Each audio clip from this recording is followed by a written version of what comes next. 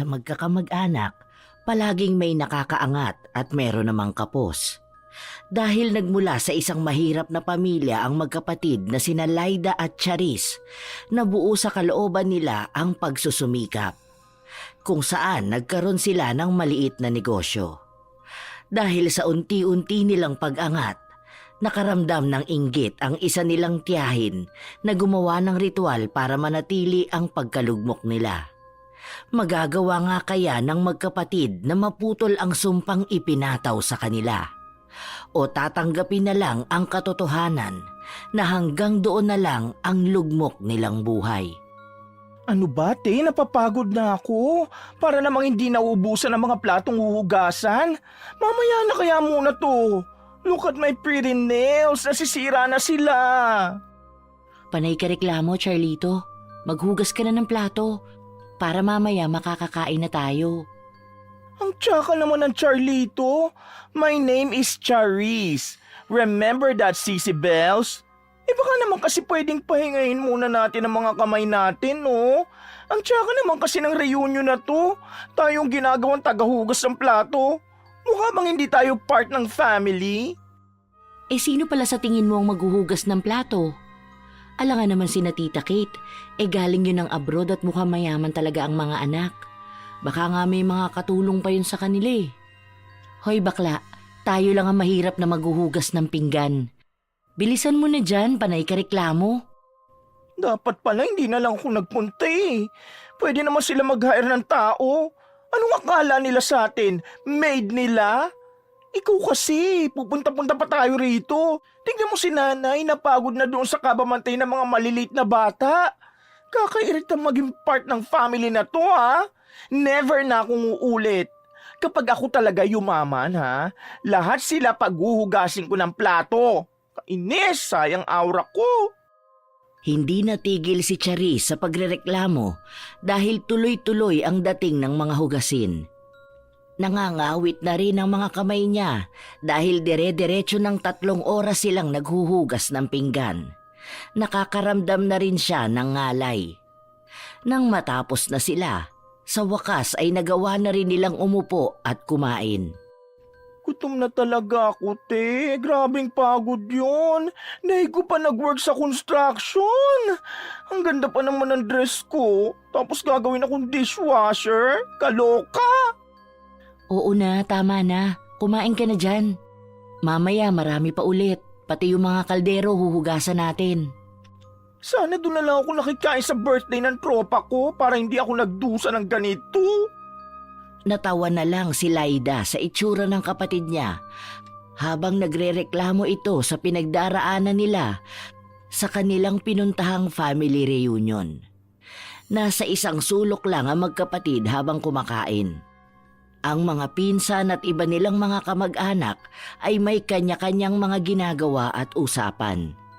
Halata sa kanila ang karangyaan. Ilang sandali pa ay lumapit ang isa nilang tiyahin. Hoy, kayo wag niyong ubusin ang pagkain ha, para makakain pa ang ibang parating. Tingnan mo ang kinuha mong lechon, Charlito. Ang dami niyan. Sinabi ko na kaninang wag nang galawin dahil may mga darating pa eh. Nasa airport pa ang ibang kamag-anak. Paano ko maubusan sila? Si tita, kala mo naman mauubos ko yan? 2 lechon yan, yung isa nasa loob pa. Ang kunti na nga lang na nakuha namin ni ate eh. Pagod din po kami, ang dami namin hinugasan ng mga plato. Kakain po muna kami para naman makapaglinis pa kami mamaya. Aba basta, sinasabihan ko lang kayo. Wala na nga kayo naging ambag sa handaan eh, baka maubos niyo pa. Saka ikaw, Charlito, ano bang nangyayari sa'yo? Naging bakla ka na talaga ng tuluyan. Kaya hindi kayo umaasenso sa buhay eh, dahil lumalabag kayo sa utos ng Diyos. Babae at lalaki lang ang ginawa ng Diyos. Hay, makaalis na nga. Ayokong mahaluan ako ng negative. Malas yon sa feng shui.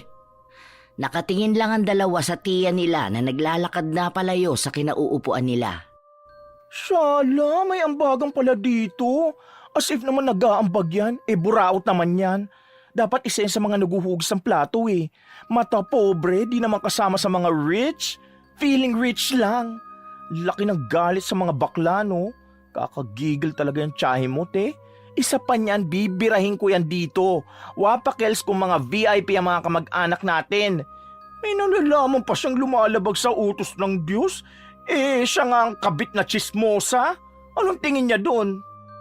Tama na yan, sis. Kumain na tayo. Hayaan mo na yan si Tia. Alam mo naman na ganyan na yan sa atin noon pa. Ubusin mo na yan, marami pa namang pagkain. Pero tama na siguro sa lechon. Masyado ka ng high blood. Pinipilit ni Laida na pakalmahin ang kapatid niya dahil alam niya na kapag napiko nito, talagang makakapagsalita siya ng hindi maganda sa tiyahin nila.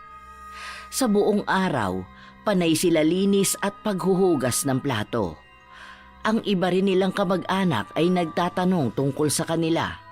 May mga mababait naman at may mga mata pobre. Ang Tia Lorna nila ang madalas na nagbibida ng kwento patungkol sa anak niya na nasa ibang bansa na pero nagpaparinig na nanghihingi ng pera dahil maliit pa lang ang pinapadala ng anak nito. Siya rin ang nangmamata sa magkapatid na pinagsasabay ang pag-aaral at ang pagnenegosyo. Sinasabi niya na halatang walang mararating ang dalawa. Mabuti na lang at nagagawa pang pigilan ni Laida ang kapatid. Pagod silang nakauwi dahil sa dami nilang nilinisan at hinugasang plato. Kinabukasan, maaga silang nagising para ayusin ang maliit nilang negosyo. Inaantok pa ako, te. Mamaya kapag natapos ko na to, idlip muna ako ha. May exam kami mamaya eh. Magpahinga ka na muna pala. Ako na rito. Mag-review ka na rin. Sige na, carry bells na to ni ate. Carry bells din naman ang beauty ko. Mamaya pa naman ang exam, tsaka patapos na ako mag-design ng cookies. Ikaw na ang magbalot ha. Magdadala ako sa school kasi ang daming order sa akin. Oo, tama yan. Ako rin magdadala sa office. Mabuti nga mababait sila doon, pinayagan ako magbenta kahit OJT pa lang ako. Kaya nga ang dami kong ginawa ngayon eh. Sana mapaubos natin, no? Para makabili na tayo ng bagong gamit. Go lang te, kaya natin yan. Pero grabe talagang pagod ko kahapon. Sobrang lala naman magpunta sa family reunion. Tapos nandun pa yung mga pet peeve mo. Diyos ko, sira talaga ang mood ko. Kuwang-kuha ni Tia Lor ng gigil ko te. Pakialamera, ni hindi nga siya bumibili ng mga tinda natin eh. Panay siya sabing di tayo magiging successful sa buhay. Akala mo laki ng tulong niya sa atin. Tapos pinagyayabang niya yung anak niya. Sino doon nag-abroad? Si Jessica? Uy, anong abroad? Baka nasa probinsya ka mo, nagtatago kasi buntis. Wag ako te, alam ko baho ng pamilya nila. Tanging pagtawa lang ang naging tugon ni Laida sa kapatid niyang panay ang reklamo. Sa paglipas ng mga araw, naging maayos ang takbo ng negosyo ng magkapatid. Nagagawa na nilang makabili ng mga gamit sa bahay na dati ay pangarap lang nila. Nagkaroon na sila ng mga taga-suporta na palaging bumibili ng maramihan. Mabuti naman at unti-unti nang gumagaan ang buhay natin. Nakakatuwa naman. Tingnan mo meron na tayong lugar para sa paggawa ng mga ibinebenta natin. Nagdagdag pa tayo ng products. Sa susunod nito, mas maraming tao pa ang makakakita ng mga tinda natin. Magkakaroon din tayo ng sarili nating shop. Kaya nga ate, tapos ang dami pa nagpapadala ng message sa akin na mag-o-order ulit. Yung iba gusto maging reseller at distributor. What if magtayo na tayo kahit na maliit na tindahan lang para magkaroon na talaga tayo ng sarili nating shop? Ano sa tingin mo? May napanood nga ako, tinatayo lang siya na booth. Magpagawa kaya tayo nun. Tapos dyan na lang natin ipalagay sa tapat. Mas maganda yun kasi malapit lang naman sa bahay. The question is, kung papayag ba si Tia Lorna na maglagay tayo ng tindahan sa tapat nila? Alam mo namang tsaka ng ugali nun. Paniguradong palalayasin tayo. Grabe kaya ang kadamutan nun. Dati nga nung mga bata pa lang tayo manggal ang binibenta natin. Tinao ba naman yung mesa? What more pa kaya ngayon? Ako na lang ang kakausap kay Tio Benny. Baka sakali kahit na saglit lang. Maganda rin kasi kung may pwesto tayo. Lalo na ngayong bakasyon, pwede tayo magdagdag ng kape o kaya shakes, di ba? Para mas mabilis tayong makaipon pambayad dun sa school na gusto mong pasukan. Tapos graduating na ako, makakatulong yun para sa gastusin. Try lang natin, te, kung papayagan tayo. Pero malakas talaga ang feeling ko na hindi yung papayag. Bakit kasi nasa likuran pa ang bahay natin? Tapos sa unahan pa sila Tia Lorna? Tapos masyado pa sakim sa pwesto? Kahit katiting ayaw ipahiram? Sige na, dito ka na muna. Ayusin mo yan lamesa ha, tapos may mga bagong deliver na plastic pambalot ng orders. Lalabas muna ako, kakausapin ko si Tio Benny. Pag dumating pala si nanay tapos wala pa ako, sabihin mo na may naluto na akong pagkain. Kumain na muna sila ni tatay ha. Umalis na rin kaagad si Laida matapos niya itong sabihin. Habang naglalakad siya papunta sa bahay ng Tio Benny nila, nasa lubong niya ang asawa nito. Ang matapobre nilang tiyahin na si Tia Lorna. Nag-aayos ito ng mga kalat sa harapan ng bahay nila. Ay hello po Tia, andyan po ba si Tio Benny? Baka po pwede po kayong makausap na dalawa. May ipapakisuyo lang po sana kami. Tungkol naman saan yan? Kung manghihiram kayo ng pera, aba, wala kaming maibibigay. Hindi kasi kayo magtrabaho, asa kayo ng asa sa amin. Masyado kayong pabigat. Hindi naman po tungkol sa pera, may trabaho po kami. Hindi rin po kami umasa sa inyo kahit na minsan. Makikisuyo po sana kami kung pwede kaming makipwesto dyan sa tapat ng bahay nyo. Habang bakasyon po sana gusto naming magtinda. Para po makaipon din kami ng pera para sa enrollment ni Charis. Ay hindi! Huwag niyong harangan ng daanan namin. Bakit hindi kayo maghanap ng pwesto niyo? Talagang dyan niyo pa gusto sa harapan namin ano? Para makaistorbo kayo. Saka magnenegosyo rin kami, huwag kayo rito. Kahit nakausapin mo pa si Benny, hindi rin yun papayag. Pansamantala lang naman po, Tia. Hanggat bakasyon pa po. Sisikapin po namin na hindi maging makalat ang tapat ng bahay ninyo. Kahit pa isang araw lang yan. Hindi pwede. Baka maagawan niyo pa kami ng negosyo. Magbubukas kami dyan sa susunod na araw ng tinda namin. Doon kayo, sa malayo. Ang aga-aga binibigyan mo ako ng stress. Basta kapag sinabi kong hindi kayo rito pwede, hindi kayo pwede. Magbayad na lang po kami ng renta. Para lang po maging malapit lang din po sa bahay. Anong gusto mong gawin ko sa barya na ibabayad mo sa akin? Mukha ba akong salat sa buhay para tumanggap ng barya? Hindi ka ba makaintindi ng hindi pwede? Sayang lang yung pinapasok mo sa school kung pabobo ka ng pabobo.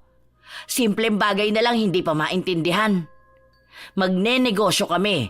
Hindi mo ba yun alam, ha? Alin ang mahirap intindihin doon? Sige po, Tia. Pasensya na po ulit kayo. Nagbaka sakali lang naman po ako eh. Salamat po ulit. Ayan, tama yan. Umalis ka na. Hinahaluan mo ng negative energy ang maganda kong araw. Nagpapamalas ka pa sa buhay namin. Wala nang nagawa pa si Laida. Umuwi siya sa kanila, bit-bit ang balita na yon. Ikinuwento niya sa kapatid niya ang naging asta ng kanilang tiyahin. Dahil natural na palaban si Charis, gusto niya sanang sugurin ang tiyahin niya. Ngunit pinigilan ito ng kanyang ate. Ayaw niya na magkaroon pa ng gulo. Huwag mo nang awayin. Hayaan mo na. Maghanap na lang tayo ng paraan. Pwede naman tayo magrenta kung sakali man may mahanap tayong maliit na tindahan. Basta mura lang para hindi rin tayo malugi. Magnenegosyo raw sila eh. Huwag na tayo makipagtalo. Malas yun sa mga plano natin. Hayaan na lang natin siya. Bingo na talaga sa akin niya si Tia Lorna. Akala mo naman talaga maaharangan yung bahay nila. Tingnan mo ha, ang inenegosyo niyan kaparehas ng sa atin. Ay, kilalang kilala ko na yan. Sa grabing inggit niya sa atin, kahit yata candy ibenta natin, ganon din ibebenta nila. Tapos sasabihan na tayo pa ang nangaagaw ng customer. Ganyan na ganyan yun noon pa. Hindi ba nga dati may tinda tayong fishball? Kinabukasan meron na rin sa kanila. Sinabi na ngang hayaan mo na eh. Mag-asikaso na lang tayo ng mga ibebenta natin. Marami pa tayong padadalhan bukas. Tara na, huwag ka na ma-high blood dyan. Sayang ang eyelash extensions. Kaya kupal masyado yun dahil pigil kayo ng pigil na birahin ko yun. Dapat sa kanya sinusupal-pal para alam niya rin na may mali siya. Sa pamilya kasi natin, ako lang yata ang kayang sumagot-sagot sa babaeng yun. Nagpapapaniwala kasi kayo na dapat galangin siya. Pero tayo hindi naman niya kayang galangin. Kainis talaga. Tama na sinabi, Charis. Kumalma ka na. Huwag na masyadong magpa-apekto, ha? Iniiwas ni Laida ang kapatid niya sa gulo. Dahil kapag nag-away-away, sila lang namang pamilya ang kawawa. Wala silang pera katulad ng tiyahin nila, kaya kung may gulo, sila lang palagi ang dehado. Dahil ilang beses na rin yun nangyari. Sa paglipas ng mga araw, nakahanap ng paupahan ng dalawa sa tapat ng bahay ng kaibigan ni Charis. Pinayagan silang magtinda doon at hindi naman sapilitan ang pagbabayad nila. Pero nagbibigay sila ng pera bilang konsiderasyon sa pag-abala nila. Grabe! Dinarag sana tayo ng mga tao! Ang daming customers! Hindi ko inaakala na ganito! Oo nga, at ang dami pang nakapila. Ano sa tingin mo? Kaya ba natin to? O mag-stop na muna tayo sa pagtanggap ng mga order? Mukhang may mga parating pa kasi. No, ate. Go tayo dyan kahit gaano sila karami. Andito naman si nanay Tinutulungan naman tayo. Sige na, kaya na namin dito. Antabayanan mo lang ha. Sabihin mo sa akin kung mag-stop muna tayo sa pagtanggap ng orders. Baka kasi mapagod ka rin sa kasi nanay. Normal na mapagod, te. Basta go mo lang lahat yan, kailangan natin doble kayod. Tandaan mo, marami tayong planong gawin, kaya walang karapatan ang mapagod, ha? Go lang sa lahat! Dagsa ang mga tao sa negosyo nila, kung saan mas malaki na ang naiipon nilang pera. Sa totoo lang ay hindi nila ito inaasahan. Dahil simpleng kapihan lang naman ang itinayo nila at maliit na tent lang ang meron sila. Pero mukhang pumabor sa kanila ang swerte kaya tuloy-tuloy ang mga customer nila. Nagpatuloy ang mga buwan na ganon sila kasikat hanggang sa nagpresenta na lang ang kaibigan ni Charis na ipaupa na ang dati nilang kantin na pwesto. Nalugi na kasi yun noon kaya nagsarado. Dahil sa dumaraming customers ng magkapatid, naisipan nila na magkaroon na sila ng mas maayos na pwesto dahil may sapat naman silang pera para rito. Pinagtulungan nilang pamilya ang pagsasaayos at pagpapaganda ng kanilang coffee shop. Ayan, ang ganda na ng itsura ng coffee shop natin. Akalain mo yun? Dati dinadala lang natin sa school ang mga binibenta natin. Tapos naisipan natin na magtayo kahit na maliit na pwesto para magbenta ng kape. Tapos ngayon meron na talaga tayong pwesto. Ang daming nag-aabang sa pagbubukas natin. Grabing swerte natin, no? Swerte at tiyaga talaga to, te. Ang dami nating sleepless night. Ang dami ko rin tigyawat. Nakakatuwa naman. Unti-unti na talaga nating natutupad ang mga pangarap natin. Oo nga eh. Sa susunod nito, makakapagpagawa na talaga tayo ng sarili nating bahay. Lilipat na tayo doon para naman hindi na rin magtrabaho sina nanay at tatay. At para hindi na rin tayo mukhang kawawa sa family reunion. Tignan lang nila sa susunod. Magiging parte na rin tayo ng mga VIP. Hindi na tayo nakatago sa kusina at naguhugas sa mga pinggan nila. Huwag kang ganyan. Kahit na maging successful tayo, dapat palagi tayong humble. Ang dami nating pinagdaanan na hirap. Hindi naman pwedeng maging katulad tayo ng mga taong kinaiinisan natin, di ba? Nung nakataas na sila, saka naman naging masama ang ugali. Kahit na anong mangyari, hindi tayo magiging ganon, okay? Ay wow, taray! Very down to earth ang atake ng ate ko. Siyempre hindi naman tayo ganun ka-bad person. Pero siyempre, limit lang tayo. Ang dami kaya mga kamag-anak natin na walang naitulong sa atin. Though, understandable naman sa iba kasi mahirap din sila. Pero yung mga mayayaman nating kamag-anak na palagi tayo minamaliit, lalo na yung tiyahin mo si Lorna, ay talagang ekis yung sa akin. Kahit na anong gawin nating kabutihan sa kanya, lahat minamasama niya. Hayaan mo na siya. Mas maganda pa nga ang kinalabasan nung hindi niya tayo pinayagan na pumuesto sa kanila eh.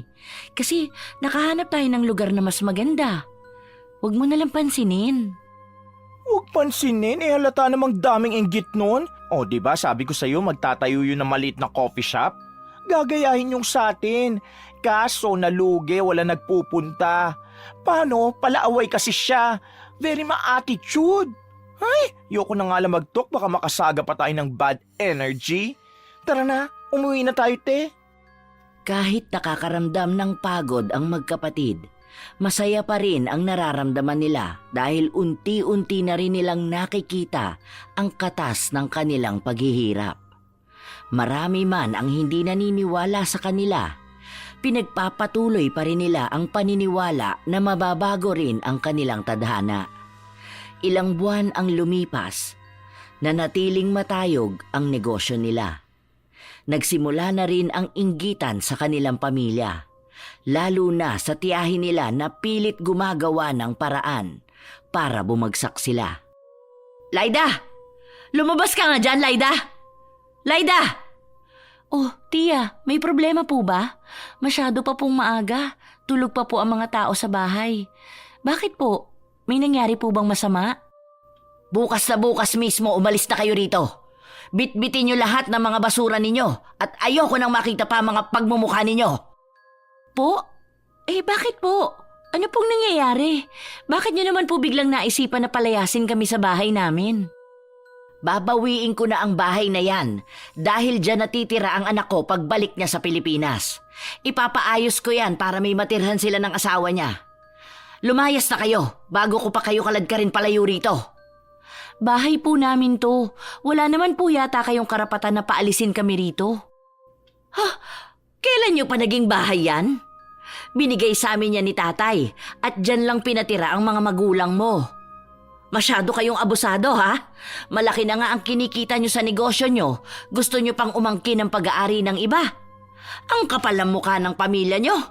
Basta binibigyan ko kayo hanggang bukas para lumayas. Gusto niyo pa yatang kaladkarin ko kayo palayo. Siguro naman mas nakakahiya yun, di ba? Teka lang po, ibinigay po ito ni Lolo kay Papa. May kasulatan po yun.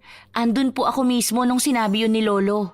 Pumirma pa nga sila sa harapan ng abogado eh. Kaya wala po kayong karapatan sa bahay namin. Nagbabayad kami ng lupa dito. Matapang ka na ngayon ha? Ganyan ba nagagawa ng pera sa pamilya ninyo? Sus, akala mo naman kung sino ka na para umastang ganyan? Nakatikim lang ng konting asenso, nagmamayabang na. Sa bagay, galing nga pala kayo sa isang kahig, isang tuka. Kaya nang makatikim ng kaunti, naging mga timawa na. Nasaktan ang dalaga sa mga salitang binitawan ng kanyang tiyahin. Lalo na at patungkol ito sa kanilang pamilya. Balak na sanang magsalita ni Laida nang dumating ang kapatid niya. Ay, ano nangyayari dito? Bakit ang ingay? Nagpapahinga ang tao eh. Ano pong problema, tiya? Huwag kang makialam ditong bakla ka. Basta bukas na bukas, lumayas kayo rito. Pauwi na ang anak ko at wala siyang titirhan. Huwag niyo ipagsiksikan ang pamilya niyo rito. Lumayas kayo at magpakalayo-layo. Ay, teka, bakit mo kami pinapaalis, ha? Bahay namin to. Bata pa lang kami, dito na kami nakatira. Pati ba naman tong malit namin pwesto? Gusto mo pang kamkamin? Hoy, mahiya ka naman, Lorna. Huwag masyado makapalang face mo. Charis, tama na. Huwag kang ganyan magsalita kay Tia Lorna. Ay, bakit ako mahihiya sa kanya? Bakit? Siya ba nahiya sa atin? Masyado siya matapobre, porket walang lumalaban sa kanya. Hindi kami alis dito. Bahay namin to. Hanapan mo ng bahay ang pokpok mong anak. Uuwi-uwi siya ng lalaki niya, wala pala siyang bahay. Walang yakang bakla ka? Bastos ka! Wala kang karapatan na pagsabihin ng ganyan ng anak ko. Palibasa, bakla ka kasi.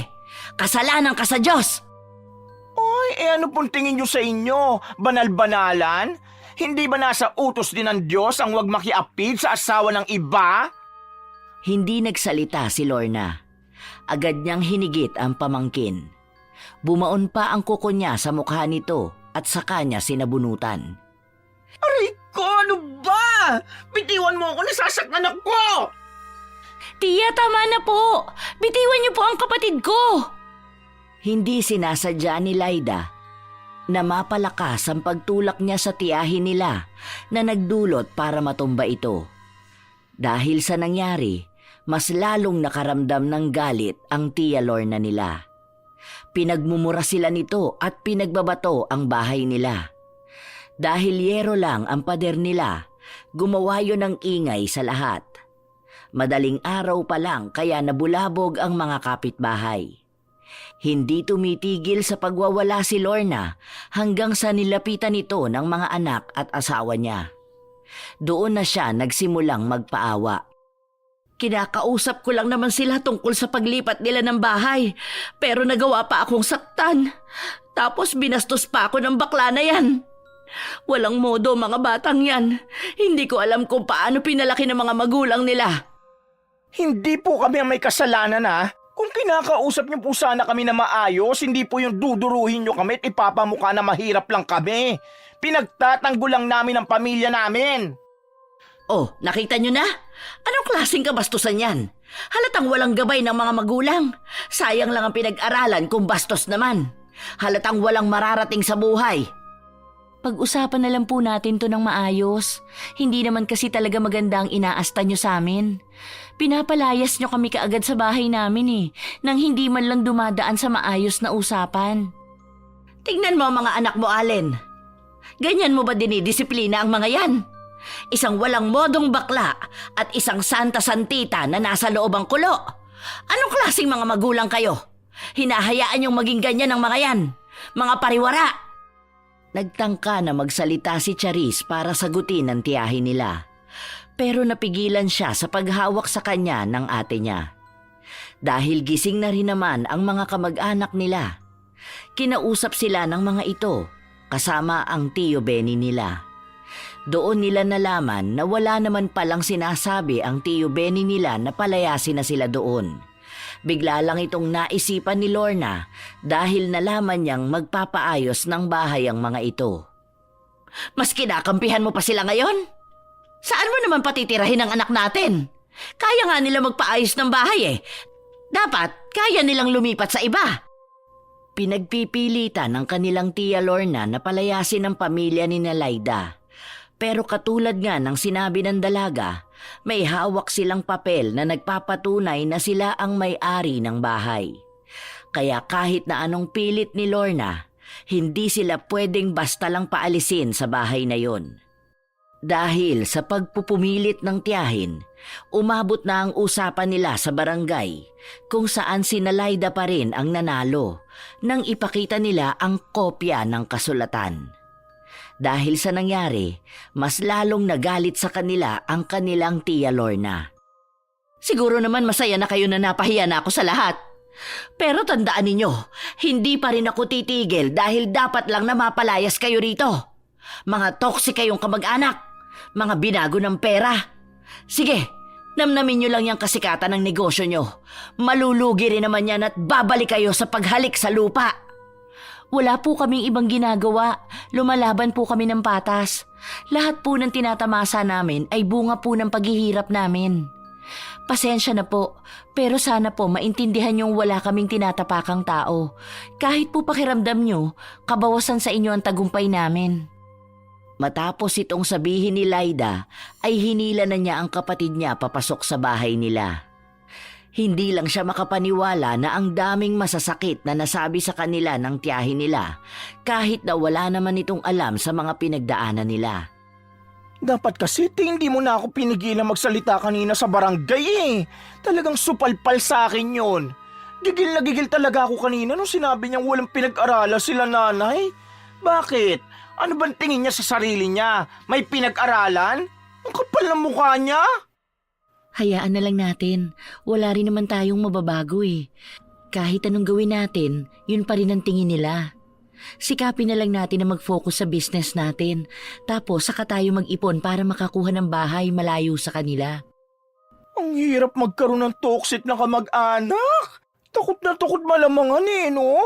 Konting pag-angat lang ng tao, tingin na nila kalaban. Hindi ba dapat matuwa pa siya dahil nagiging maayos na ang buhay natin? Ay, oo nga pala. Paano nga naman siya matutuwa sa atin? Malaki tayong hadlang sa kanya kung sakali. Ay talaga, kakalbuhin ko yan, kainis! Bakas pa rin ang galit kay Charis. Hindi niya matanggap na maraming masasakit na salitang paulit-ulit na sinasabi sa pamilya nila. Ang isa sa hindi niya matanggap ay ang apihin ang mga magulang nila na para bang basura lang ito sa kanilang angkan.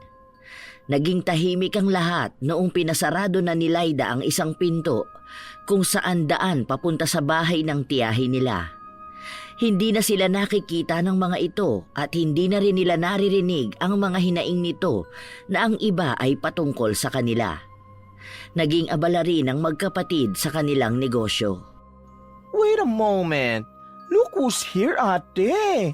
Andyan ang devil mong tiyahin. Tingnan mo, ang sama pa ng tingin sa mga customers natin. Naku, baka dito pa yung manggulo ha. Hindi ko yan naatrasan talaga. Baka buhusan ko pa yung mainit na kape. Charis, tumigil ka na. Makakasira sa negosyo natin yan. 'Di ba? Positive vibes lang tayo. Ako na ang kakausap sa kanya. Ayusin mo na lang 'tong mga order sa atin. Inirapan lang ni Charis ang tiyahin niya na naglalakad palapit. Si Laida naman ang humarap dito. Nginitian niya pa ito bilang simbolo ng paggalang. Tia, napasyal po kayo rito. Bibili po ba kayo? Hindi, may negosyo rin kaming ganito dyan lang sa tabi. Tiningnan ko lang kung anong pinagkakaguluhan ng mga tao rito sa loob ng shop nyo. Ang pangit naman ng style at for sure pangit din ang lasa ng kape. Mas maayos pa sa amin. Ewan ko na lang kung hindi maubos ang mga tao na to at mapunta sa amin. Ah, sa inyo pala yung bagong tayo na coffee shop sa may gilid. Ang ganda nga po eh. Nakita ko po nung napadaan ako. Congrats po pala sa bago niyong negosyo. Congrats. Congrats ka dyan. Halata namang naiinggit ka lang sa ganda ng coffee shop namin eh. Baka nga sa susunod gumaya na kayo. Inggitera pa naman at gaya-gaya kayo. Walang originality. Ngiti lang ang ibinahagi ni Laida. Wala siyang panahon para patulan ng tiyahin niya na halatang gusto lang siyang magalit. Bago umalis ang tiyahin, siniraan pa nito ang magkapatid sa mga customer nila. Sinabi niyang hindi sila magtatagumpay sa buhay dahil masyadong masama ang ugali nila. Na ang mga taong mapagmataas ay hindi pinagpapala ng Diyos. Sa mga araw ng pagbubukas ng bagong negosyo ni Lorna, nananatiling namamayagpag pa rin ang sa magkapatid. Kahit na anong gawin niya, hindi niya matapatan kung ano ang tinatamasa ng dalawa. May mga paninira rin na ginagawa ang tiyahin patungkol sa kanilang kapihan, pero nananatiling tikom ang bibig ng magkapatid. Ayan ate, nakaipon na tayo para sa pagkuha ng bahay. Ano, titignan na ba natin? Hindi ko pa alam. Baka itabi na muna natin to. Kailangan pa natin magbayad sa tuition mo. Graduating na ako kaya feeling ko malaki ang magagastos natin. Tapos lilipat ka pa ng school. Marami tayong mailalabas na pera. Kaya siguro isang tabi na lang muna natin ang bagong bahay. Kasi kapag nakapagtapos na tayo sa pag-aaral, mas madali na yun. Isipin mo may maganda na tayong trabaho, tapos may negosyo pa tayo. Baka mas magandang bahay pa ang makuha natin. Well, so true naman. Baka nga makabili pa tayo ng mansyon. Total mga princess na rin tayo. Ayaw nga pala, may kasalanan ka sa akin ha. Bakit hindi mo sinabi sa akin na si Tia Lorna may-ari ng coffee shop sa kabila? Girl, bakit mo tinago ha? Nang matapos na mag-ayos ang magkapatid ay umuwi na rin sila. May dala pa silang pasalubong sa kanilang mga magulang na pagsasaluhan nilang magpapamilya. Nang makauwi sila, nakita nila ang tiyahin nila na nasa bahay. Ano pong ginagawa niyo rito, Tia? Baka mga away ka na naman. Wala kaming panahon, Tia. Hindi naman. Gusto ko lang sana kayong makausap. Kaya nga naghintay talaga ako na makauwi kayo eh. Tungkol po saan? Pansin ko kasi na lumalakas na ang benta namin sa coffee shop. Tapos umuunti naman ang sa inyo. Paano kaya kung pagsamahin na lang natin ang mga negosyo natin? Totally, magkakamag-anak naman tayo, hindi ba? Para sana may tatao rin sa shop namin. Ang mahal kasi magpasahod eh. Gusto mo kaming maging tagabantay lang? Nagbabayad din naman po kami ng tatao sa shop namin kapag wala kami. Normal naman po yung sa negosyo. Kaya po mas mainam kung ganun ang gawin ninyo. Ang mahal kasi ng magagastos namin. Ayaw naman nilang tumanggap ng below minimum. Saka para namang iba ko sa inyo. Parehas naman ang negosyo natin. Sige na. Hindi naman kayo malulugi dahil pagsasamahin naman natin ang coffee shop. Eh di mas maraming customer. Kumbaga ang magiging hatian natin 40-60. Akin ang 60% dahil ako naman ang nakaisip nito. At kaya nyo naman na ang 40%. Pasensya na po kayo, Tia. Pero hindi po kami papayag. Maayos naman po ang coffee shop namin. Siguro po mas maganda kung tingnan niyo po muna ang magagawa niyo para sa tatao sa shop niyo. Pasensya na po talaga. Oh, kita nyo na? Lumalabas talaga ang kasamaan ng ugali pagdating sa pera. Sa bagay, ganyan talaga ang buhay. Langaw na nakapatong saglit sa kalabaw. Akala mo kung sino ng mataas. Okay lang. Sinusubukan ko lang naman kayo. Saka mas malulugi pa ako kung ipagsasama ko ang negosyo ko sa inyo. Baka dayain nyo pa ako. Alam nyo na, pagdating sa pera, mauutak ang mga gahama na katulad ninyo. Makaalis na nga, wala namang kwenta ang pagpunta ko rito. Umalis si Lorna na naririnig ang bulong ni Charis patungkol sa lugi nitong negosyo. Nang tuluyan na siyang makaalis ay kinausap ng mga magulang nila ang dalawa. Tinanong kung hindi ba nila tutulungan ang tiyahin nila sa negosyo nito dahil nakakaawa naman daw ito.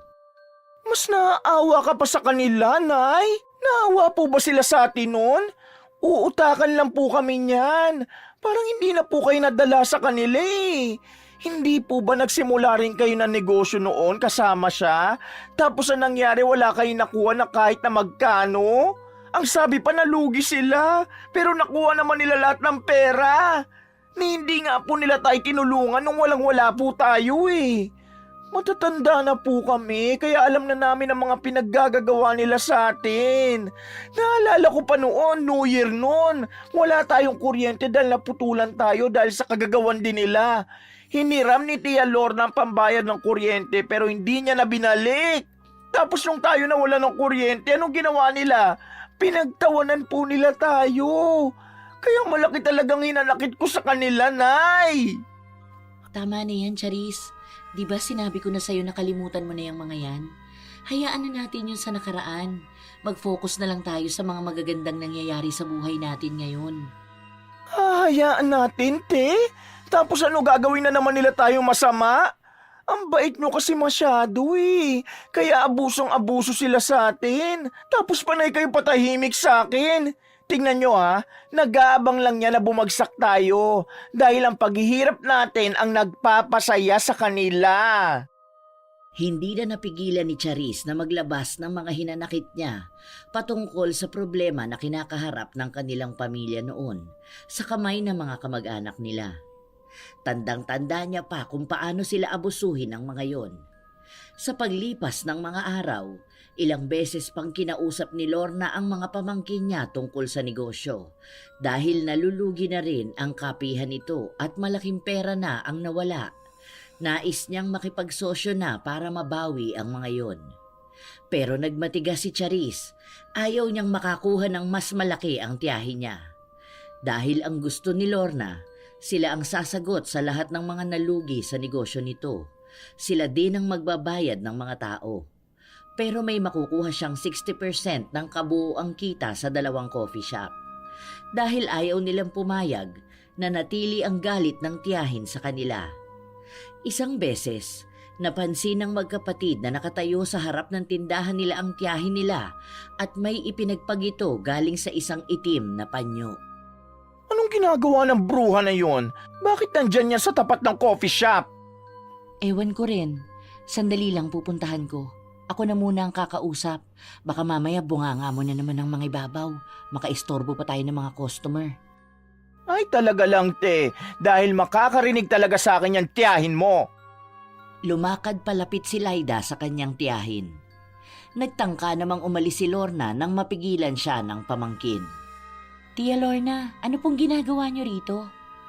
Wala naman. Nagsarado na kasi ang negosyo namin. Ingat na lang kayo malapit na ang sa inyo. Sige, aalis na ako. Good luck na lang ha. Baka kasi biglang dumating ang karma nyo, mabilis pa naman yon mga labet. Ngayon pa lang naiisip ko na kung paano kayo magiging kawawa. Ano pong ibig niyong sabihin? Wala naman. Basta, good luck na lang sa inyo. Sana makaya nyo pa yung isalba. Mapait na ngiti lang ang ibinahagi ng tiyahin bago ito tuluyang umalis sa harapan ng dalaga. Pagtataka ang mababaka sa mukha ni Laida habang inuunawa ang pagbabanta na yon. Simula ng araw na yon, malakas na ang kutob niya na may masamang ginagawa ang tiyahin sa negosyo nila. Lumilipas din ang mga araw kung saan unti-unting nalulugi ang negosyo nila. Nawala na ang mga tao na madalas magpunta sa kanila. Halate, ano nangyari sa negosyo natin? Maayos naman to ng mga nakaraang araw Nalulugi na tayo. Ang laki ng mga bills na dapat nating bayaran, tapos yung rent pa rito. Naibayad ko na sa tuition natin yung pera eh. Hindi na tayo makalikom pa ng extra. Wala na tayong choice kundi ang magsarado. Magsasara na tayo ng coffee shop natin? Try natin, te. Baka kaya pa tumahilot. Isip tayo ng ibang way para makaakit ng customers. Ano, te? Huwag natin to isuko basta-basta. Sayang to. Wala na tayong magagawa. Kailangan nating pansamantalang bitawan to. Kapag nagtagal pa tayo rito, mababaon tayo sa utang. Mas malaki pa ang binabayaran natin kaysa kinikita natin. Sorry, pero ito na ang huling araw na bukas ang coffee shop natin. Subukan na lang natin sa mga susunod. Para silang pinagsakluban ng langit at lupa. Ang mga plano nila sa paglago ng negosyo nila ay tuluyang nawala.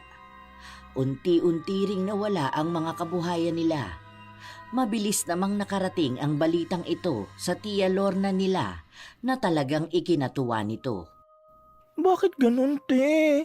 Wala na rin bumibili ng mga pagkain na dala natin. Samantalang ang lakas natin nun. Ano yun, Magic? Bigla na lang nawala? Luging-lugi na tayo, nakakaloka. Hindi ko nga rin alam. Nauubos na rin ang ipon natin. Tapos bayaran na naman ng bills. Hindi ko na alam kung anong nangyayari. Parang lahat na lang ng mga ginagawa natin may humaharang na kung ano.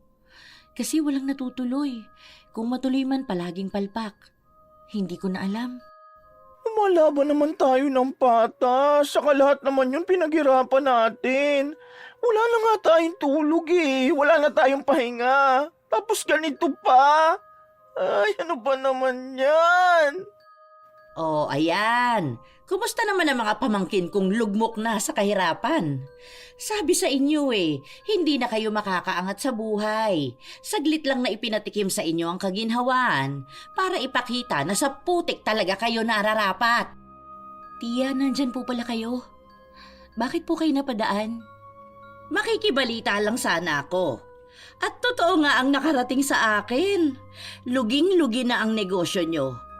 Nakakatuwa namang malaman yon. Deserve nyo naman talaga yon. Paano? Masyado kayong mayayabang. Tama lang yan. Diyan lang kayo. Maging mahirap lang habang buhay. Hindi po to panghabang buhay. Alam ko po na pagsubok lang to sa amin. Kung makikibalita lang po kayo para magdiwang sa pagbagsak namin, mas maganda po kung umalis na lang po kayo rito. Ayan, ganyan na ganyan yun. Kasi nga malas naman talaga ang pamilya ninyo. Ipinanganak ba naman kayo ng mga magulang ninyong mangmang? Ganyan talaga ang mangyayari sa inyo.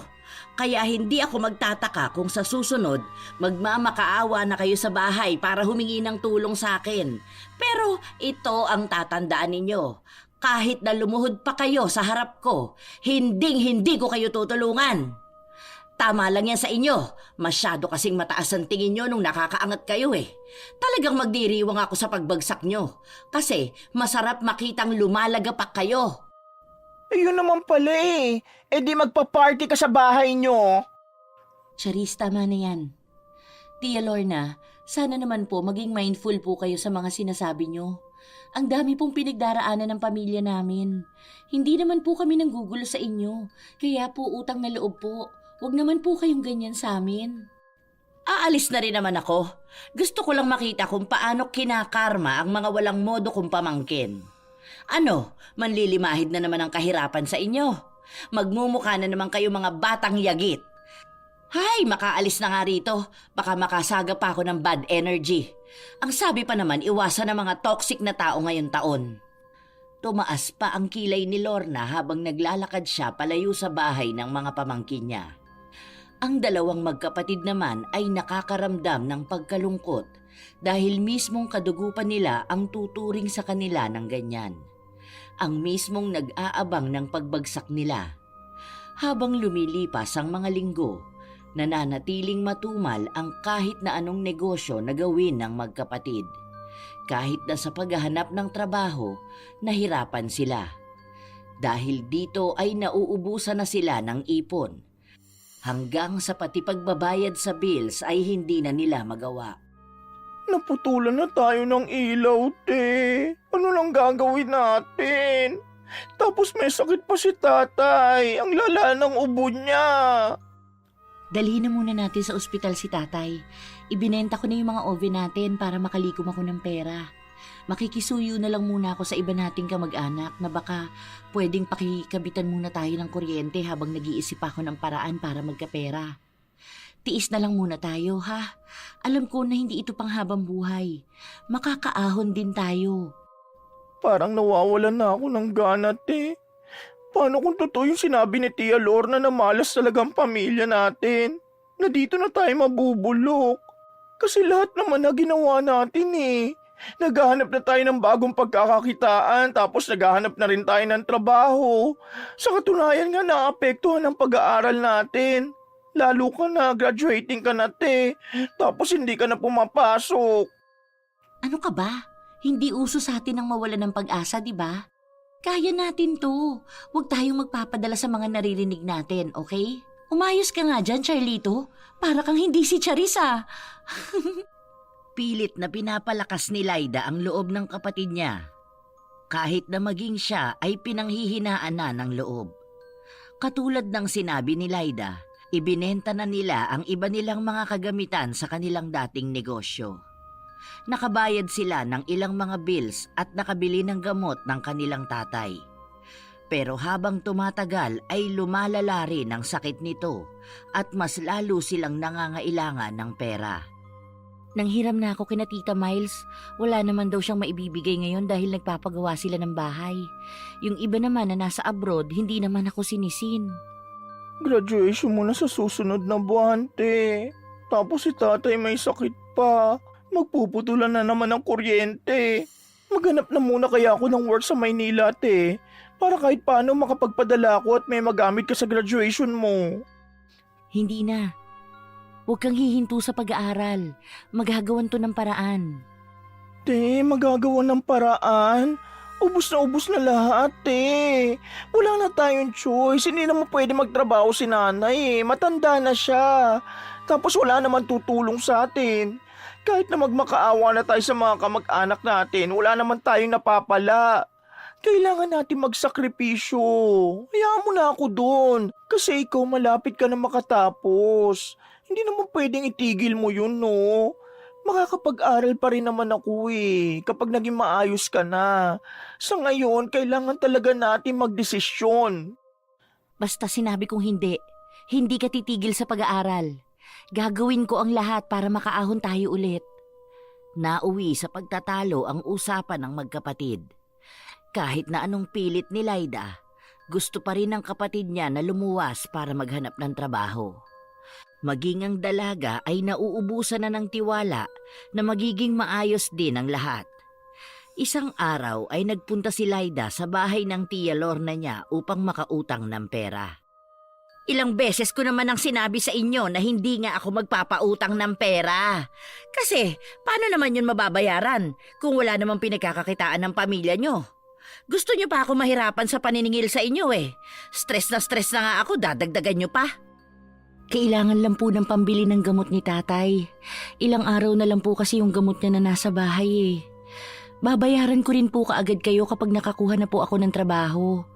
Naghahanap din po ako ng paraan para kumita. Sige na po, Tia. Parang awa niyo na po. Kailan pa yung pinapangako mo sa akin kapag pumuti na ang uwak?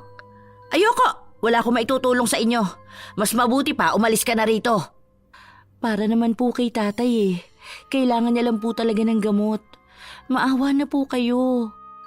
Ay, wala akong pakialam kahit mamatay pa yung tatay mo. Mas mabuti pa nga kung ganon dahil wala na kayong magiging pasanin sa buhay. Ay siya, subukan nyo sa ibang kamag-anak kung may kayang tumulong sa inyo. Basta ako, ayoko. Wala naman ako makukuhang garantiya na babayaran nyo ako eh. Buti sana kung ibibigay mo sa akin ang papel ng bahay nyo. Baka yun, mapag-isipan ko pa. Sandaling natahimik si Laida sa sinabi ng tiyahin niya. Wala na siyang ibang pagpipilian. Yun na lang talaga ang kaya niyang gawin. Pumayag si Laida sa kagustuhan ng kanyang tiya Lorna. Kinuha niya ang papel ng bahay nila upang pautangin siya nito. Inilihim niya rin ito sa kanyang mga magulang at lalo na kay Charis. Alam niya kasi na tututol ang mga ito sa desisyon niya, pero desperada na siyang makalikom ng pera para sa kanyang ama. Oh, hanggang 2,000 lang ang kaya kong ipautang sa'yo. Bayaran mo yan within 3 days ha? Kung hindi mo yan magagawa, hindi mo na mababawi ang papel ng bahay nyo. Kaya ako na ang may karapatan sa lahat. Wala ka nang magagawa doon. May kasunduan na rin tayo. Nakita mo naman pinapirma kita sa kasulatan. Bakit po 2K lang? Ang sinabi niyo po sa akin, 10K po na babayaran ko within 1 year. Yan po ang usapan natin. Bakit po biglang nagbago? Hindi na, nagbago na ang isip ko. Baka mamaya inuutakan mo lang ako. Mukha pa namang gahaman sa pera ang pamilya nyo. Sige na, lumayas ka na rito. Baka mamaya magbago pa ang isip ko. Pabalagbag na isinarado ni Lorna ang pinto habang naiwan si Laida na problemado. Ang pera na hawak niya ay sapat lang pambili ng gamot ng kanyang ama. Wala na silang bigas at wala na rin silang makakain. Parang pinagbagsakan ng langit at lupa si Laida habang naglalakad siya pa uwi. Hindi na rin niya mapigilan na umiyak. Habang naglalakad siya, may isang babae na lumapit sa kanya. Isa raw itong manghuhula. Dahil kapansin-pansin na problemado si Laida, nag-alok ang babae na hulaan siya nito. Pasensya na po, Nay. Wala po ako maibabayad sa inyo eh. Ang dami ko pong dapat pagkagastosan ngayon. Sorry po talaga. Hayaan niyo po kapag nagkaroon po ako ng sapat na pera, pupuntahan ko po kayo. Nagsabi ang babae na hindi na niya kailangan magbayad dahil huhulaan siya nito ng libre. Inabot ni Laida ang palad niya kung saan sinabi sa kanya ng matandang manghuhula na may isang tao na naiinggit sa kanya at gumagawa ng hindi maganda. Nasa ilalim ng sumpa ng kulam si Laida at kagagawa nito ng isang taong may labis na galit sa kanya. Sigurado po ba kayo? Paano po nangyari yun? May kinalaman po ba yan sa pagkalugi ng kabuhayan namin? Sumagot ng oo ang matandang babae. Dahil sa labis na inggit na nararamdaman ng babae sa pag-angat nila, gumawa ito ng ritual para mapabagsak sila.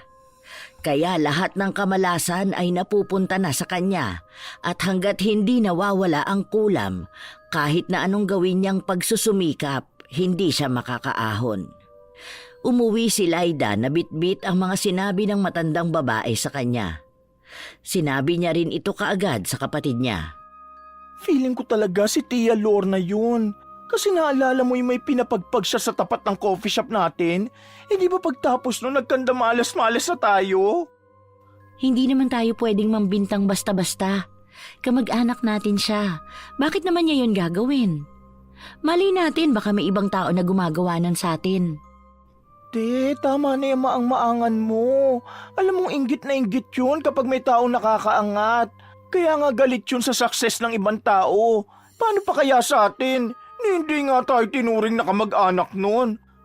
Ano daw pwedeng gawin para matigil ang sumpa? Kailangan nating maligo ng tubig na may asin sa loob ng 9 na araw at tuloy-tuloy. Cleansing daw ang tawag doon para mawala ang kapit ng malas sa atin. Tapos hindi natin pwedeng punasan yung tubig. Dapat patutuyuin natin yun sa katawan natin. Tuwing umaga yun at hindi lalagpas ng 8:00. Tapos tuwing Biyernes daw dapat magpausok tayo ng insenso. Nagsabi pa siya sa akin na para magkaroon tayo ng proteksyon sa mga inggit, dapat may garapon tayong naglalaman ng asin tapos may dahon ng laurel. Kapag daw nagtubig yung asin, ibig sabihin, inaabsorb no ng negative energy na binibigay sa atin ng isang tao na may inggit. Ayun pala eh. Dapat simulan na natin agad. Ginawa ng magkapatid ang payo sa kanila. Sa unang 2 araw, doon na sila nakaramdam na para bang may nagbabago na. Dahil hindi na ganon kabigat ang pasa nila. Nagsisimula na ring magkaroon ng offer na magandang trabaho kay Laida kahit na hindi pa siya tapos sa pag-aaral. Kinuha niya yon kasabay sa pagsisimula ulit nila ng negosyo. Ngunit nang napansin ng Tia Lorna nila na nagkakaroon na naman sila ng kabuhayan, nagtungo ito sa bahay nila kasama ang barangay. Hoy! Lumabas nga kayo dyan sa hawla ninyo! Yes, what's happening? Bakit po kayo sumisigaw, Tia? At bakit po may mga kasama kayong taga-barangay? May nangyari po bang masama? Ayan, may kasama na akong barangay para palayasin kayo rito sa bahay na to. Bibigyan ko lang kayo ng ilang oras para hakutin ang mga basura ninyo. Ito na naman po ba tayo sa pagpapalayas nyo sa amin? Nagharap-harap na po tayo nun sa barangay, hindi po ba? Oo, noong hindi ko pa hawak ang papel ng bahay na ito. Ito, nakikita mo ba to? Hawak ko na ang papel. Ibig sabihin, ako na ang may-ari ng bahay nyo. Kaya pwede na kayo lumayas ngayon na. Hindi pa naniwala si Charis noong una, kaya napatingin siya sa ate niya na hindi nagsasalita. Ano yan, te? Bakit hawak ni Tia Lorna ang papel ng bahay? Paano nangyari yun? Siguro ninakaw mo yan dito, no? Ah, kaya pala palagi ka nasa bahay. May bala ka palang kunin sa amin. Inggitera ka na nga, magnanakaw ka pa. Bakit hindi mo tanungin ng magaling mong ate kung paano to napunta sa akin? Nangutang kasi ako sa kanya at kinailangan na bayaran ko siya matapos ang 3 araw. Pangatlong araw ngayon. Magbabayad naman ako pero mamaya ko pa kasi makukuha ang pera. Tia, baka po mapag-usapan pa natin to. Kahit hanggang mamayang gabi po. Tutubuan ko naman po ang inutang ko. Ay nako, hindi na. Natapos na ang usapan natin. Lumayas na kayo rito kung ayaw ninyong sunugin ko ang bahay na to at sabay-sabay kayo lamunin ng apoy. Lumayas na kayo! Mga walang pakinabang sa buhay. Mga perwisyo lang kayo. Tia, pag-usapan na lang po muna natin to. Nakikisuyo po ako sa inyo para po sa pamilya namin. Maliit na bagay lang naman po ito. Parang awa niyo na po. Kahit nahalikan mo pa ang mga paa ko sa pagluhod mo, hindi nyo na mapipigilan ang desisyon ko. Lumayas na kayo rito dahil tinatakwil ko na rin kayo bilang kadugo ko. Wala kayong pakinabang sa akin at panay lang kayo pasakit sa buhay namin. Kung hindi ninyo kayang buhayin ang mga sarili ninyo, ayun, dun kayo sa tulay at sabay-sabay kayong magpakalunod. Aba, kung hindi kayo lalayas ngayon, sinasabi ko sa inyo, magkakaalaman talaga tayo. Puro masasakit na salita ang binitiwan ni Lorna. Mga salita na hindi nila akalaing masasabi ng kadugo nila. Sinubukan pang makiusap ng mga magulang nila, ngunit hindi sila pinakinggan ni Lorna. Wala siyang maramdaman na kahit na anong awa sa mga ito. Kahit na hindi pa naman tuluyang gumagaling ang padre de pamilya, handa siyang gumawa ng paraan para lang patalsikin sila sa bahay. Dahil may kasamang mga barangay ang tiyahin, walang nagawa ang pamilya nila kundi ang umalis ng bahay, bit-bit ang mga gamit nila. Hindi man lang pinakinggan ni Lorna ang hiling ng mga ito na kahit ilang araw pa para makahanap sila ng matutuluyan. Ayan, tama lang yan sa inyo. Bitbitin nyo palayo ang mga basura ninyo. Doon kayo sa kalsada. Tutal, dyan naman talaga kayo nababagay. Talaga? Pero sa susunod, huwag kang lalapit sa amin kapag kami naman na nakaluwag-luwag, ha? Siguraduhin mong paninindigan mo yung sinabi mo na tinatakwil mo na kami bilang kamag-anak mo. Tama lang dahil ayoko rin ng toxic na tao. Ang kapal naman ng mukha mo. Itaga mo sa bato. Kahit na anong mangyari, hindi ko kayo kakailanganin. Dahil kahit na kailan, hindi naman kayo aasenso sa buhay. Matapos itong sabihin ni Lorna ay dinuraan niya sa muka si Charis. Gusto sanang gumanti ng pamangkin, ngunit agad na pinigilan ng ama nito. Baka sa mukha ni Charis ang panggagalaiti, ngunit wala siyang ibang magawa. Sana tayo ngayon yan pupulutin, te? Ayoko matulog sa kalsada. Sayang ang beauty ko, kumaalikabukan lang. Sandali lang, kausap ko yung boss ko. Nagsabi siya na pwede tayong tumuloy dun sa pinapaupahan nila. Saka ko na lang daw bayaran kapag sumahod na ako. Tara na, dun na tayo. Sus! Pakunwari ka pang may tutulong sa inyo. Kamag-anak nyo nga ayaw kayong tulungan dahil wala kayong mga kwenta. Tapos aasahan mo pa ang ibang tao? Aba syempre, sa ibang tao lang naman nakakakuha ng tulong.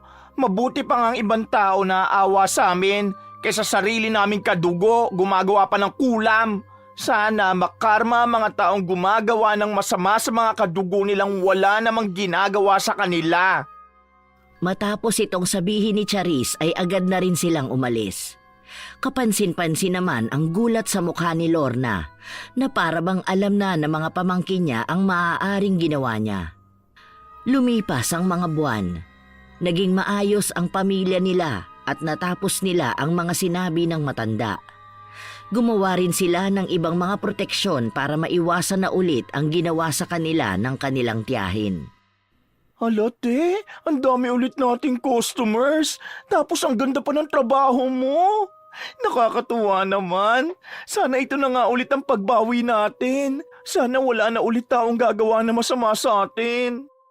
Sana nga sis, grabe pala ang nagagawa ng ganong kulam no? Halos bumagsak talaga tayo kasi kahit na anong gawin natin wala tayong mahanap na paraan para makaahon. Tapos ngayon, unti-unti na tayong bumabangon. Makakaipon na talaga tayo para makabili ng sarili nating bahay. Pero ano na kayang nangyari kay Tia Lorna? Hindi ko rin alam, te. Hindi naman na niya tayo ginugulo dahil wala naman siyang alam sa nangyayari sa atin. Mas maganda nga yun, di ba? Mas tahimik tayo kapag wala silang alam tungkol sa ginagawa natin. Habang nag-uusap ang dalawang magkapatid, nilapitan sila ng kanilang ama. Kasama nito ang Tia Lorna nila. Ibang-iba ang itsura nito. Ang dating mayaman tingnan ay nagmistulang mahirap na. Nangayayat din ito at malamlam ang mga mata. Nagulat ang magkapatid dahil hindi nila inaasahan na makikita nila ang tiyahin nila sa ganitong kalagayan. Oh, bakit nandito yung babae na yan? Tay naman, bakit sinama mo pa yan dito sa bahay? Mamaya gumawa na naman niya ng ritual katulad ng ginawa niya noon. Baka maghirap na naman tayo. Umiiwas na nga tayo sa mga toxic na tao eh. Pinabalik niyo pa yan sa buhay natin. Baka po nakakalimutan ninyong itinakwil na niya tayo. Kaya nga ako narito. Gusto ko sana kayong makausap. Tungkol po ba saan, Tia?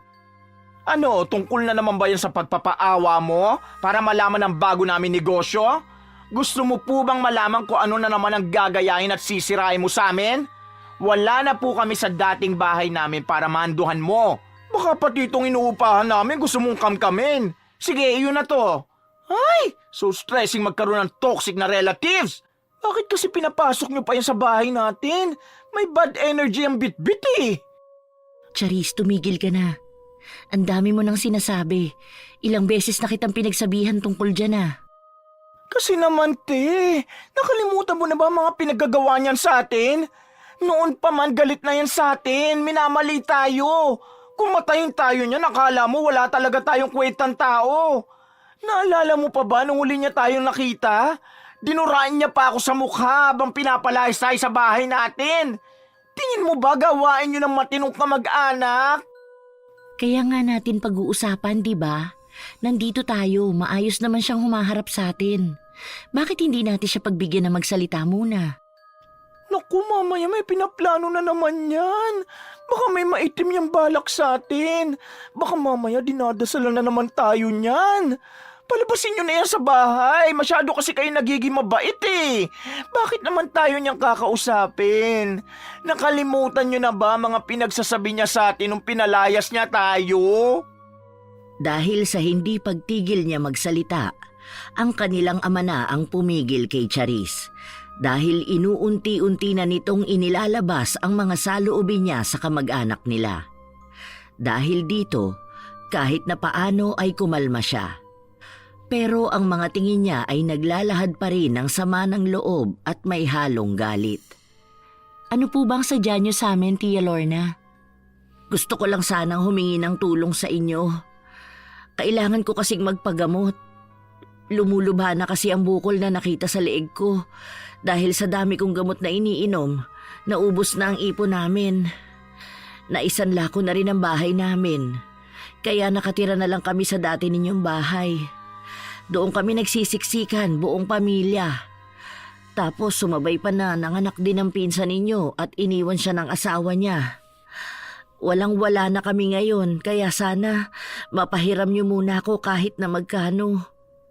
Wala pang trabaho ang Tio Benny ninyo, pero pagkaya na, magbabayad agad ako. Kailangan ko lang ng pampagamot at ipambabayad sa kuryente. Ilang buwan na kasi kaming naputulan, walang kapitbahay na gusto kaming pakabitin. Ganun po ba? Sige po, pahihiramin ko kayo para po makapagpagamot na kayo. Pero maliit na halaga lang po ang kaya ko sa ngayon dahil po nagbayad kami ng renta at naihulog ko na ang pera po sa bahay na kukunin namin. Sana po makatulong ako kahit na konti. Pagtataka ang mababaka sa mukha ni Charis. Ayaw niyang tulungan ng ate niya ang babaeng naging dahilan kaya ilang beses silang naghirap. Pero hindi siya pinakinggan nito. Naglabas pa rin ng pera si Laida para makatulong sa tiyahin nila. Eto po, Tia Lorna. Sana po maging sapat yan kahit na paano. Oo nga po pala, kung wala kayong bigas, pwede po kayong kumuha sa bigasan na tinda namin. Saka nyo na lang po bayaran kapag nakaluwag-luwag na po kayo. Sa ngayon, ayan lang po ang kaya ko kasi nagbabawi pa lang po kami. Maraming salamat sa iyo, Laida. Kahit na ilang beses kitang tinanggihan noon sa paghingi mo ng tulong sa akin, hindi ka nagdamot. Patawarin mo ako sa mga nagawa kong kasalanan sa inyo. Kayo lang ang tumulong sa akin na kamag-anak. Kayo pa yung mga pinagtabuyan ko noon. Patawarin ninyo ako. Wala na po yun. Pero may isang bagay lang po akong gustong itanong sa inyo. Totoo po ba na pinakulam nyo ang negosyo namin? Hindi kaagad sumagot si Lorna. Nakatingin lang siya kay Laida na mukhang alam na ang kasagutan sa mga itinanong nito sa kanya. Huwag mo na pong tangkaing itanggi, Tia.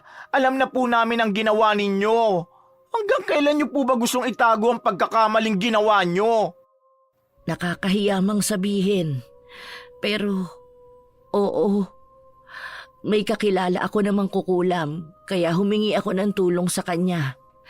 Dahil nakikita kong umaangat na kayo sa buhay, pinili kong pabalikin kayo sa paghihirap. Hindi ko akalain na lahat pala ng mga ginagawa ko babalik sa akin.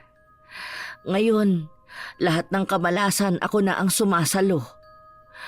Nahihiya nga akong lapitan kayo at hingan ng tulong, pero kayo na lang ang tanging naiisip ko na makakatulong sa akin.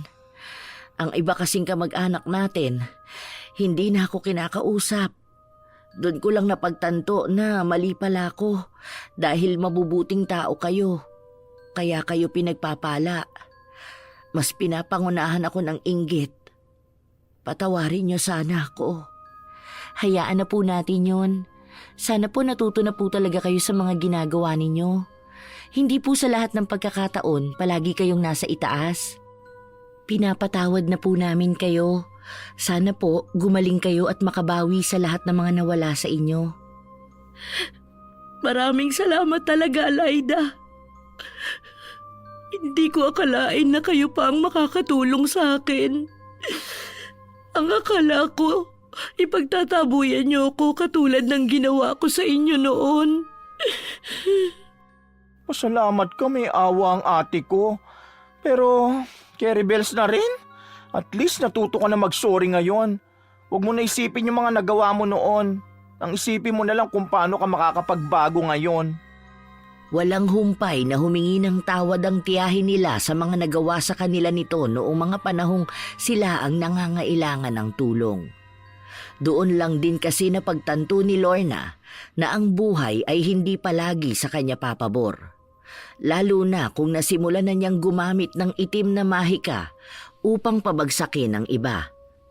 Kahit na gaano pa karami ang pera nila, mabilis itong mauubos kapag karma na ang sumingil. Marami siyang nagawang mali sa kadugo niya, na nag-iisang tumulong sa kanya sa kabila ng mga galit nila. Nang matapos yun, umuwi na si Lorna at naiwan ang magkapatid na nag-uusap. Grabe, no? Sa tagal pala nating hindi nakikita si Tia Lorna, ang dami na palang ganap sa buhay niya. Naghirap na siya, nagkaroon pa ng sakit. Samantalang dati ang lakas-lakas niya pa.